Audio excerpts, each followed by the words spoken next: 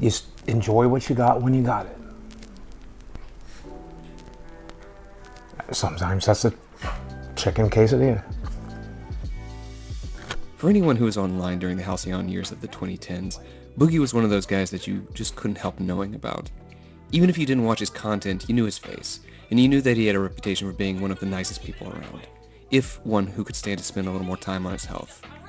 And when I, at some point, found out that he'd gotten a gastric bypass surgery, and later saw a clip of him on the H3H3 podcast in which he'd lost significant weight, I kind of gave Boogie an internal easy rider nod and tucked him away into my mental filing cabinet of happy endings. Boogie was gonna be alright. How wrong I was.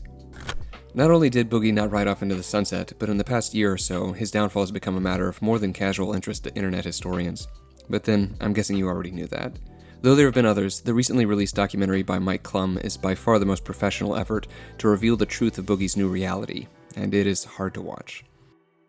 Let's get the easy stuff out of the way. The doc doesn't make Boogie look good, and people have collected hundreds of thousands, if not millions of views by stating the obvious. Others have taken the extra step of being deliberately uncharitable in order to make him look even worse. This mostly comes up in regard to his statements about sex workers. How dare Boogie want to have sex with women that would not normally want to have sex with him? How dare he talk about Arkansas 8s and LA 10s and bragging about how he was able to sleep with them? Look how entitled he is. Look at how he's objectifying women. This kind of I learned about feminism at school today, mommy, perspective would work better if it wasn't wrapped up in logical inconsistency and this kind of cynical faux naivety. Yeah, you're right. It's crazy to recognize that there are variations in human attractiveness, and that some people are so attractive that they can make money by granting forms of sexual access to themselves to people who otherwise wouldn't have access to very attractive people. That's just nuts. There are people literally losing their minds over his statements about deserving to do X, Y, or Z with a hot girl and somehow construing it as Boogie saying that he deserves to own a beautiful woman or something. So I deserve to go to Disneyland with a beautiful girl, right? I deserve to go to New York and explore Times Square with a beautiful girl, right? Like I deserve that. And I want that, and I've never had it. Why do you deserve that? Because you filmed your 20th Francis chugging Mountain Dew while pooping his pants and putting popcorn in a microwave video? It's fucking stupefying that I have to explain this, but what he's describing here is how he would rationalize to himself spending these insane amounts of money. People say this all the time when they're persuading themselves to make an impulse purchase on something they know they don't need. Please stop spurging out over the use of a word. But apart from these specific issues, the general problem is that apparently nobody can get past the question of whether or not Boogie is a good person. It's not that Boogie hasn't done objectionable stuff, doesn't do objectionable stuff in this doc, it's just that most of the people talking about it are so fixated on the most obvious commentary available that they aren't even able to engage with anything interesting. Millions of people have come to warm themselves beside the Boogie2988 dumpster fire, but no one wants to ask any serious questions about it. I suspect because those questions might lead to some uncomfortable realizations about the extent to which many of the people now beating this dead horse have more than a little in common with it. So instead we have Boogie2988 as pure spectacle. This is Boogie fulfilling his destiny, completing the final phase of the cash cow life cycle, going out like some beached whale so that the crabs and seagulls can shred his carcass to grow their own brands.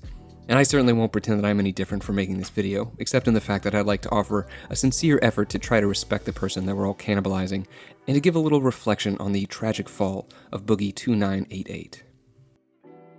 And I might never have even thought to offer this commentary if it hadn't been for this segment of the documentary in which we are introduced to Desi, Boogie's new, much younger girlfriend. Naturally, the fact that Des is less than half of Boogie's age has led to all kinds of speculation about the nature of their relationship. That's to be expected. But what has been surprising has been the amount of vile, venom-spewing vitriol that's been generated by seeing these two humans together. There are people unironically suggesting that Boogie has kidnapped or trapped this girl in this relationship. Please get off Twitter, you have been mentally compromised. But that said, it's not unreasonable to question the motives involved in this unlikely pairing. It's not unreasonable to wonder if Desi is only with Boogie because she sees some way to personally benefit from it. Obviously, Boogie is currently in a bad way, but it's not hard to imagine him having a comeback, and getting into a relationship with him now might be like buying a stock that's busted on the chance that it'll go back up.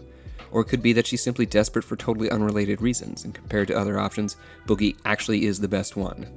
What bothers me more is the possibility that Boogie himself is simply using Des as a port of last resort, and that if things were to improve for him, he would cut her loose. At one point, the two discuss the possibility of marriage, and it is frankly gross.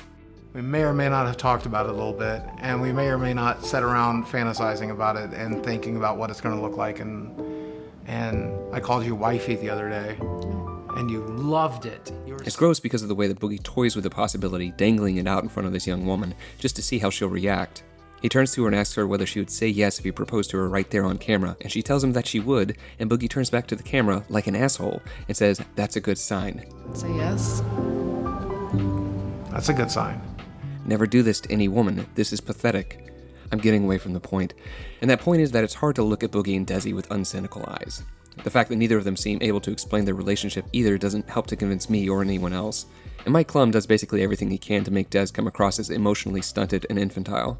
Tell me, Mike, was it really her idea to start playing with a couple of stuffed animals on camera? You just hit record and said, "So tell me about yourself," and she said, "Hey, let me go grab some Pokemon so I can really undermine any sense of my own agency, because I'm finding it tough to swallow, Mike."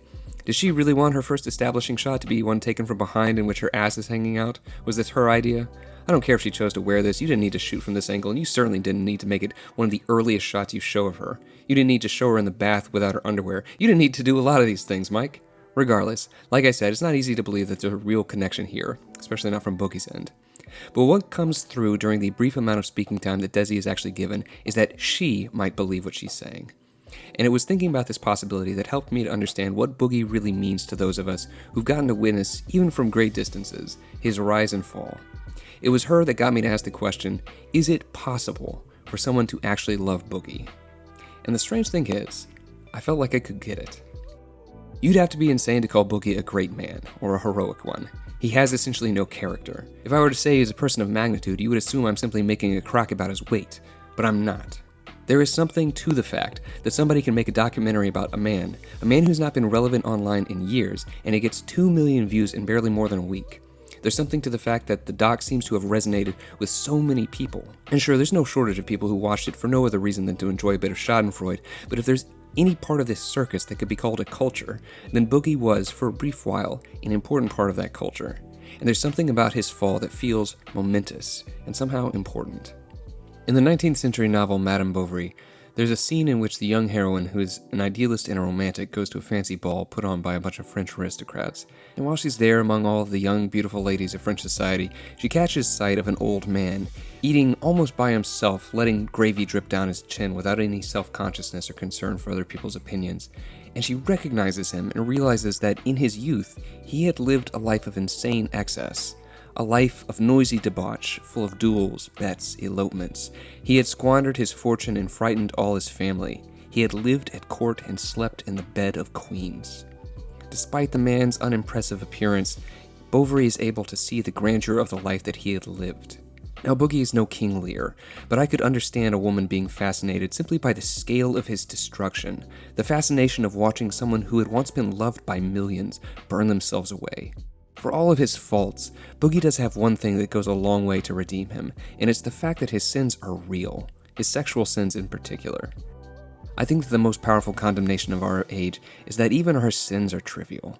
But Boogie is truly a glutton. To blow thousands of dollars on sex workers is an unhinged act of lecherous wastefulness, but it is infinitely better than the hours upon hours that other good people spend watching pornography or drooling over Instagram models.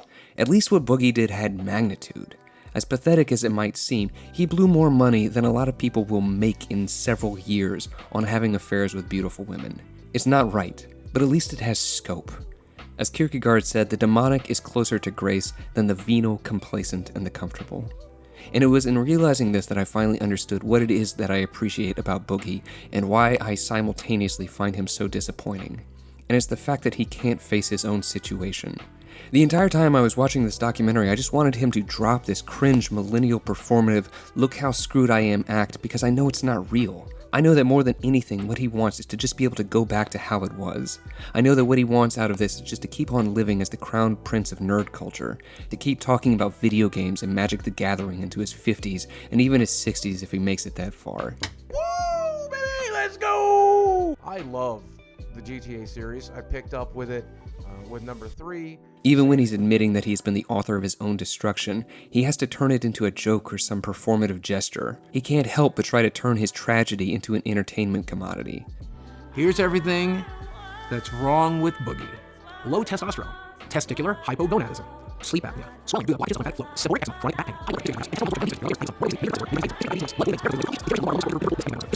pain, so asthma and allergies as well.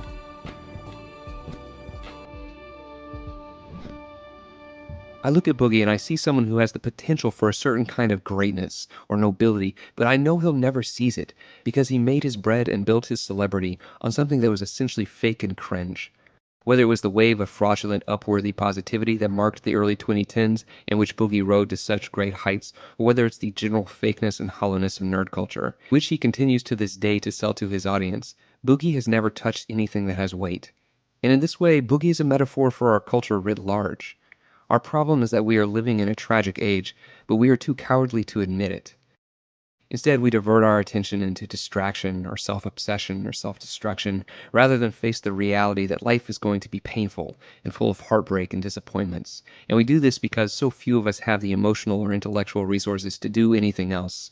A diet of TikTok and Marvel has done nothing to prepare us for the realities of suffering, and so we have no way of suffering gracefully.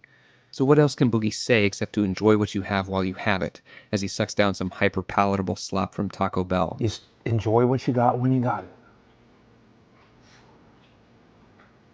Sometimes that's a chicken quesadilla. What more can he do than try to pathetically claw for one more drop of pleasure from the husk of his life? But what is happening to Boogie now is real. And you'd think that if there was anything that a man could take and harness and turn into a spear to puncture this veil of bullshit, it would be watching your life burden down around you. But he just can't seem to do it.